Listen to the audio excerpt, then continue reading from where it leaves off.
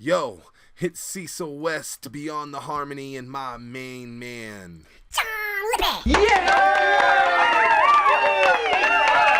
I just want to hear the crowd come in every time he does his intro. Ah! Yo, it's the question of the day, the bone question of the day.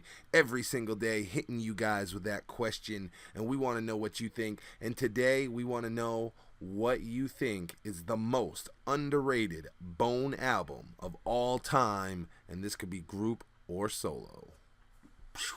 Underrated. Like that one that was like that shining star that you just like either didn't get the fan support or didn't get the, you know, the sales or whatever. Like a great album that just kind of got lost in the shuffle. Well, I'm going to go with it on underrated, underappreciated, and misunderstood. I'm going with Strength and Loyalty because they held it down with just 3 of them. Now, granted, Thug Stories came before it, but that wasn't like a mega release. And Strength and Loyalty defined Bone as being able to hold it down with just 3 members on a national scale. I'd say Strength and Loyalty by a mile. It's not even close. It was the real comeback moment for Bone.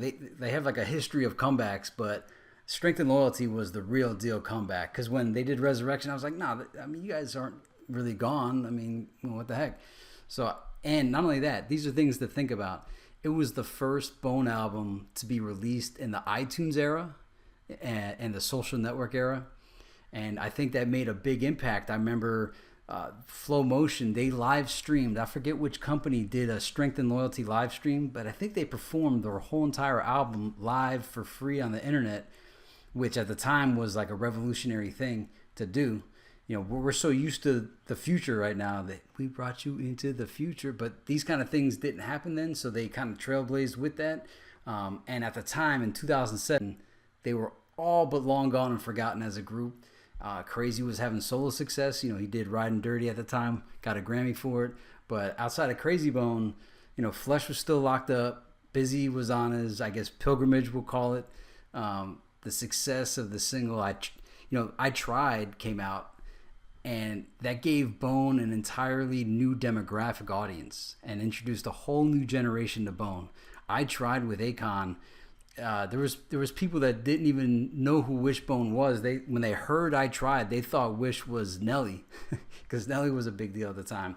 So I think that Strength and Loyalty significantly assisted in Bone's sustainability and longevity. It reestablished Bone and created an excitement around them again, solidified the brand, left them as the last men standing from the 90s. And they're still the last men standing of all the as far as rap groups go. I mean, there's small time rappers that do stuff, but Strength and Loyalty, and then the aftermath of the success of Strength and Loyalty, it led to Bone finally getting their homage and status as legends in the game. And they even had the narrative crafted by DJ Khaled on the song Originators, and this established the OG status, the concept, the entire music industry of the present and at the time. You know, that's when they started saying basically the music you hear now, and they're still going with this narrative, was based on that Bone sound. So I'm going with Strength and Loyalty. The fans have mixed feelings on it because it's commercialized, and I'm for it. They needed to do that. There's business decisions that have to get made. They needed an album like Strength and Loyalty. So and not only that, I genuinely loved the album front to back, and I don't know why people didn't like it. It was everything Bone needed at the time, in my opinion. Yeah, it album took a lot of shit. I think it was the Swiss Beats involvement. You know, and I tend to agree. You know, I don't know if it's the most underrated, but it's definitely right up there because, you know, at least in my opinion, but it is right up there because I think the Swiss Beats thing. I don't know if it hurts people's feelings that Busy isn't all over the fucking thing, or I know some people just hate like the song like Candy Paint. I love Candy. If I could take the chorus out, like I love the verses, man. Especially it sounds like Wish had fun doing that, and I like that they hadn't had a song like that up until that point. You know what I mean? Like I was like, all right, you guys can make a song about cars and stuff. They hadn't done that, so I was cool with it.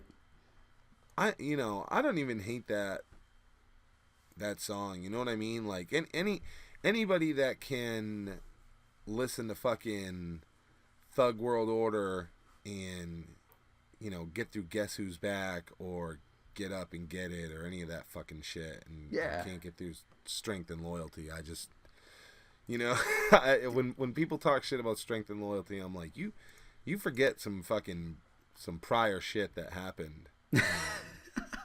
Like it's just like forgotten. Every time Bone does like some like quote unquote like real commercial song, and they're always just like, they've never sold out like this before. I'm like, bro, come on. And that song had that album had great shit on it too. And this may be personal preference, but like I love the song Wind Blow. I think sample is amazing.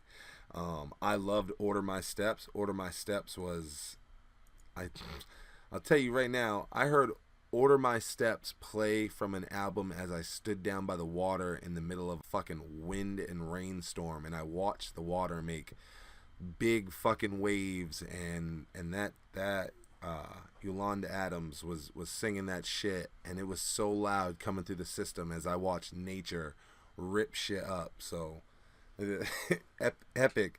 That one's great. If I'm not picking Strength and Loyalty, let me just switch it up for him. I won't pick Strength and Loyalty. I'm gonna say that the most underrated and just unaccepted, underrated, underloved is New Waves. Oh yeah. Okay. New Waves is just like, and it's 10 years after Strength and Loyalty, which is funny. And it's just completely like unloved. And I'm going to tell you right now that if the Art of War World War III was completed the way that it was originally intended to be done, with all the members and everything the way it was supposed to be, I would say that is the most underrated, because I think Busy Bone puts on a grand slam performance during the Art of War World War III that has gone super unappreciated and just like lost in the shuffle.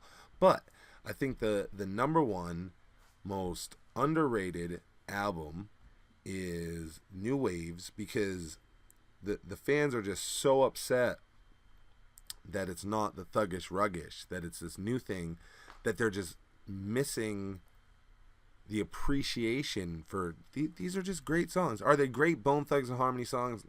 Nah, they're not great Bone Thugs and Harmony songs.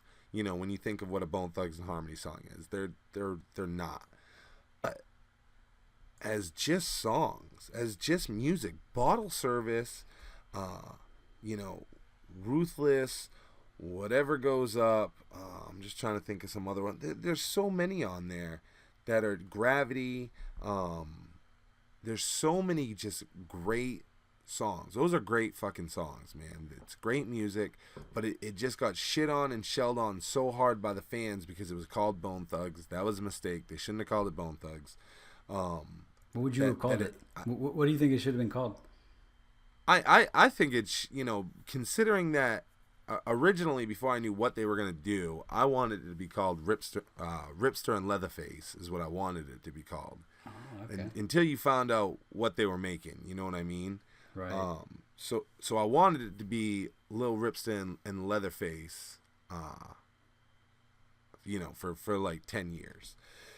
And then when you found out what they were making and it was New Waves, I was hoping that New Waves was going to be the name of the group. Okay. So, yeah. So that's what I was hoping that it was called.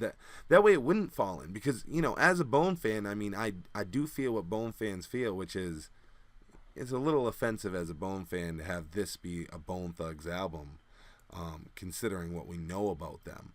But I don't let that make me hate the fucking album and not hear and appreciate the greatness that's in there. I mean, there's greatness in there.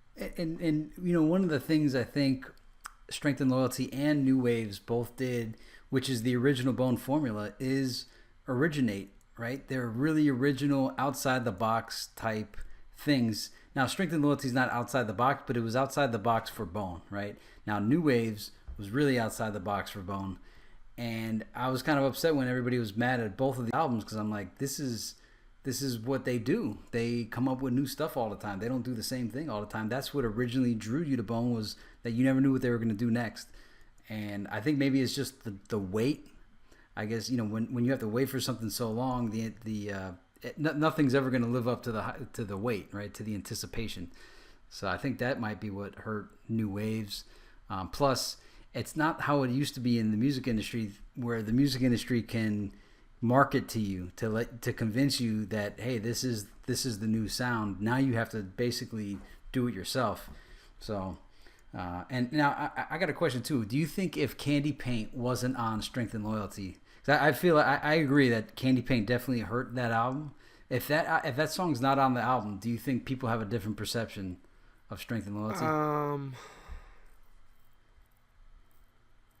I think if you take Candy Paint and like Bump in the Trunk out, yeah, that one was bad. Like if you took those two off of it, I think it would be more acceptable, because you got like So Good, So Right, which to me it's laughable that that's an okay song for people, and like Candy Paint or whatever isn't, because but Felicia does So Good, So Right, so people are like, oh, that's fine. That's, hey, Mo Thug, motherfucker. But I'm like, hey, that's the same fucking shit, right? But that one's completely acceptable for whatever reason. Candy Paint isn't. I think if you take out the two Swiss Beat features, Bump in the Trunk, Candy Paint, it then at least becomes okay to Bone fans, because you got to remember too, like that thing had, which I guess people don't love this one either, but like I love the Streets, the one with the Game on it and Will I Am, yeah, and then people never talk about Never Forget Me, and maybe that's why, maybe they don't talk about it, because I honestly felt like the beat and the beat and Akon just like outshined everything. Like Crazy Bone came the closest to like really shining on that, but nobody had like that super shining verse on such a fucking shining song. Yeah, I did feel like I agree. Like, and I hate to admit it, because every time it comes on, I'm like, oh man, maybe it'll be different this time, but it just doesn't live up to the beat and Akon. I agree, and it's a shame too. I almost wish they could go back and redo it. Yeah, that I've always just kind of felt like that song turned out mediocre, which was weird because it was the last song. 2 Akon features at that time. I mean, that was great. Crazy Bone came the closest, the way he ends his verse, the whole fuck him across my tombstone and bury him with my gauge. That shit was hard, but it was just It needed, it just needed something extra, and I agree. In retrospect, Crazy's verse is solid as heck, and I just don't know. I don't know what it's lacking. It's lacking something. Maybe Busy would have brought that to. I don't know. It's just lacking something, but it could have been such a great song.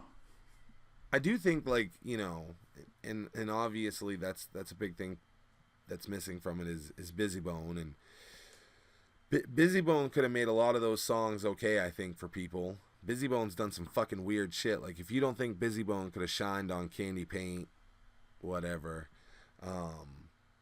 So Busy Bone could have added a lot to that. Yeah, I think if you take out the 2 Swiss Beat songs, I think that's what Bone fans hate the most, and then it would become acceptable. But I think that's a great album. I thought that brought life back to them.